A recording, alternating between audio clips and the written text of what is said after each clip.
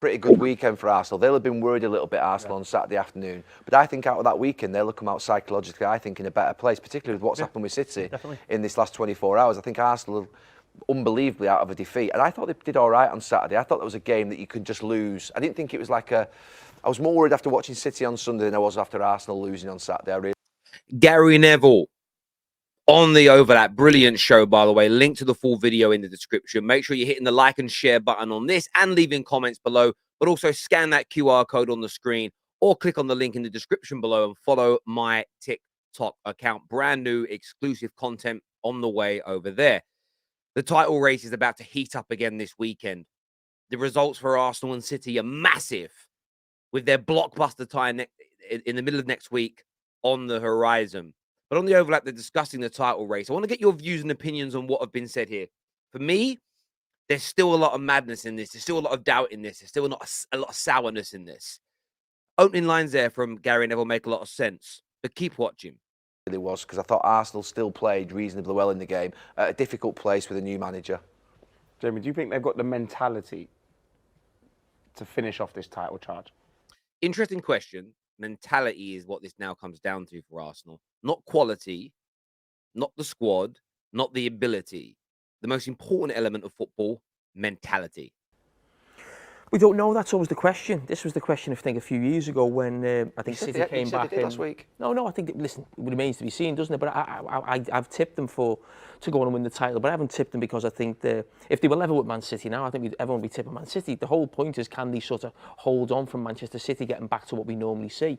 But the longer it goes each week, you're thinking, are City actually going to get back to that, what we expect from the last few years? But that was the question thrown at Liverpool a few years ago, and I think City came back and just pipped them to the title in that first season. But the longer City are like that, the more room they've got to breathe. Because I just think that buffer of points that they've got right now is quite sizable. And I think they will. Pardon? I don't think the buffer's that sizable. I mean, that would have been 2 points on Sunday night with... But it's not, Gary. I mean, I think everything Jamie has said there's right, that he doesn't quite know if Arsenal got the mindset, but he's tipping them to do it. And he's tipping them to do it because they've been so good and City haven't quite been the City we expected them to be. And then Gary says, well, if City would have won, there would only be a 2-point gap. But they didn't. And City are dropping points and putting in poorer performances than Arsenal on a far more regular basis. No. With Arsenal playing City a week on Wednesday. I know, but it's 5 points with a game in hand. 5 points with a game in hand. I mean, if man like Robbie, you know.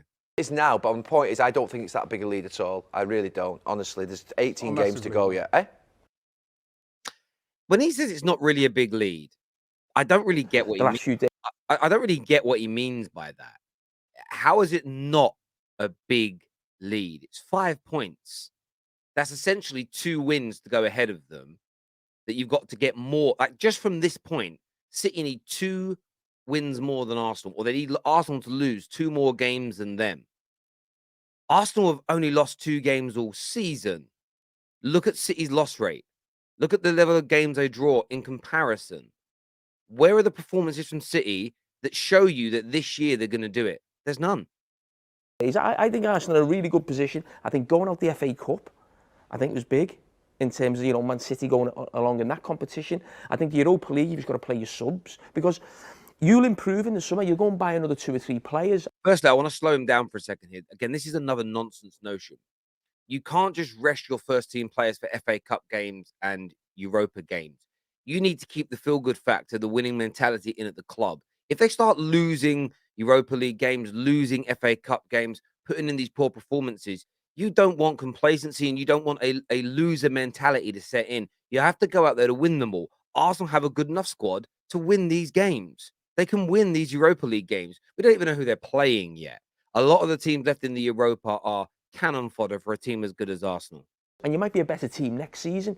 You won't be 8 points clear with 16 games to go. Not a chance. Why? This is exactly what was said at the end of last season about Arsenal when they didn't make the top 4. Not a chance you'll get an opportunity like this again.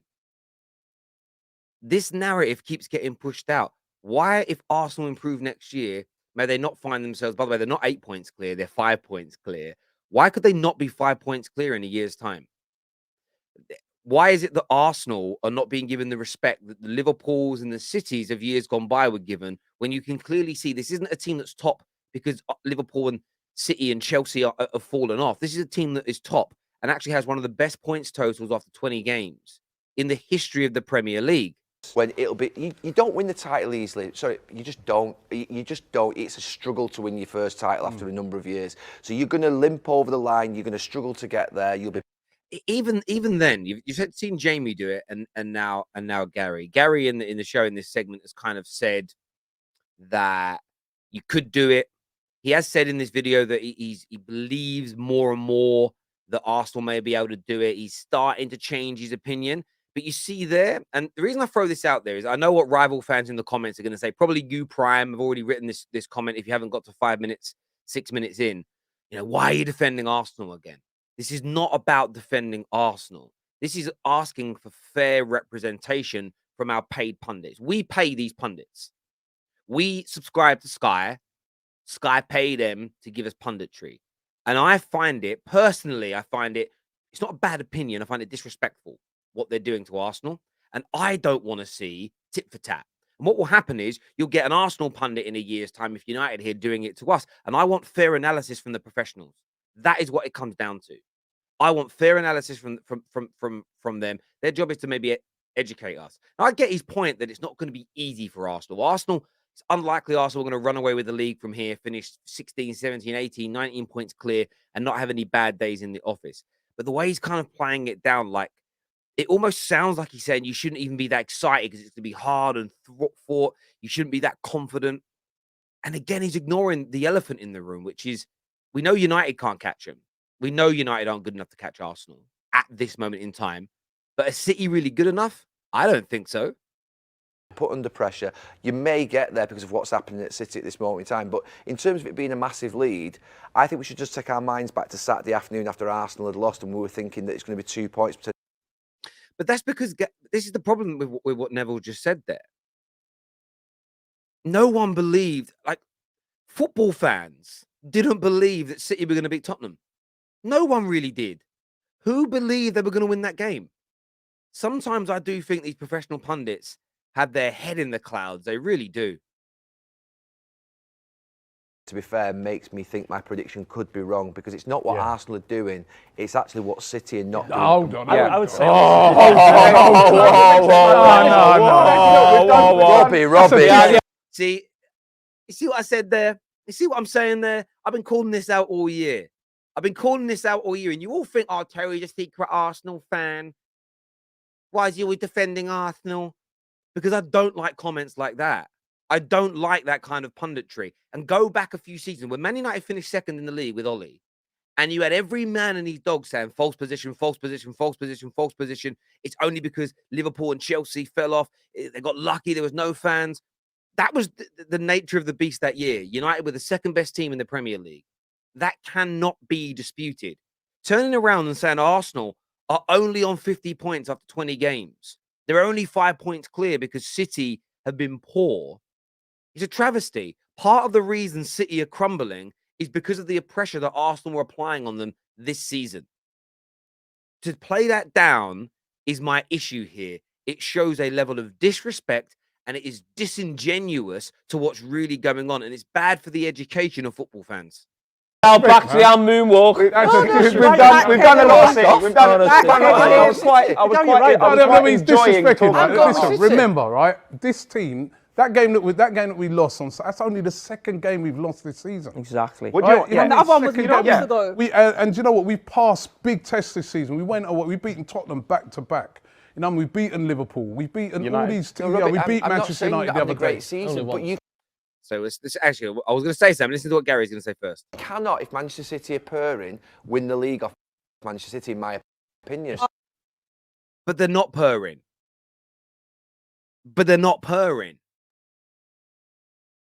City have lost double the amount of games of Arsenal and drawn one more. They've also played one extra game. If Arsenal win their game in hand over City, which is against Everton at home, they will have 3 more wins than them. You know, if we go the current, and there's no sign of City purring. So it's a nonsense opinion. It's like, I don't know how far Gary Neville would take this. It's like saying, oh, Tyson Fury wouldn't be world champion if there was a boxer around today as good as Muhammad Ali. Doesn't make sense. It's crazy. Joe Bloggs wins a 100-meter sprint. Yeah, well, if Usain Bolt was at his best, you wouldn't have won it. That isn't analysis. That's an obvious thing to say. If Man City were at their absolute peak best of 2, 3, 4 years ago, yeah, maybe Arsenal wouldn't be top. But City aren't at their peak. It's crazy. It's crazy talk.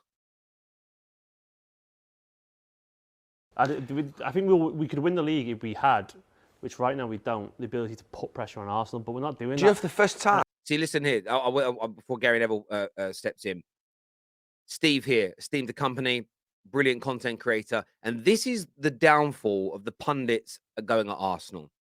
Big Steve said this on the Football Terrace twice now, and he confirmed it yesterday that he thinks Arsenal win the league. You've got a esteemed company here, Stephen is his real name, that is saying the same thing, that he just doesn't think City can put pressure on them. You've got a few City fans out there that are kind of sitting on that fence a little bit, still kind of backing their club. But City fans are the ones that are now conceding they're not good enough this season to beat Arsenal.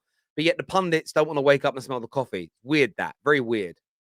When I saw your team on Saturday at 3:30, I turned around to Martin Tyler, he'll tell you, and I said, seriously, they're in trouble, he's messing around here. The thing is, to me, it wasn't the fact that we lost, it was the performance, honestly. Like, you can take the odd loss, because we lose to Spurs all the time. No, but seriously, if you've got a team, that back four will make every team in the league think they've got a chance.